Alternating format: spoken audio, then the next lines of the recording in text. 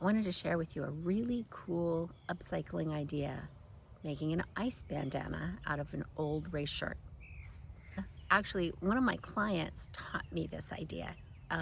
Rich had made one for himself and he had hand sewn it, and one of the issues he had with it was when he was at the aid station, it was hard to find the opening.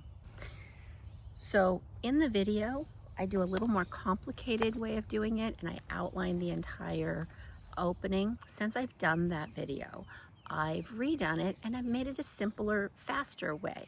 So instead of outlining the entire opening, there's a ribbon where the opening is. And the way I did it was when I serged the cut edge back together, I just inserted a little ribbon in that area, and that makes it so you can find the opening very quickly and easily at the aid station. What he does to secure it is just use a kitchen clip. It clips on, makes it no bounce, secure, and it keeps the ice from falling out. In this video, I don't do any talking.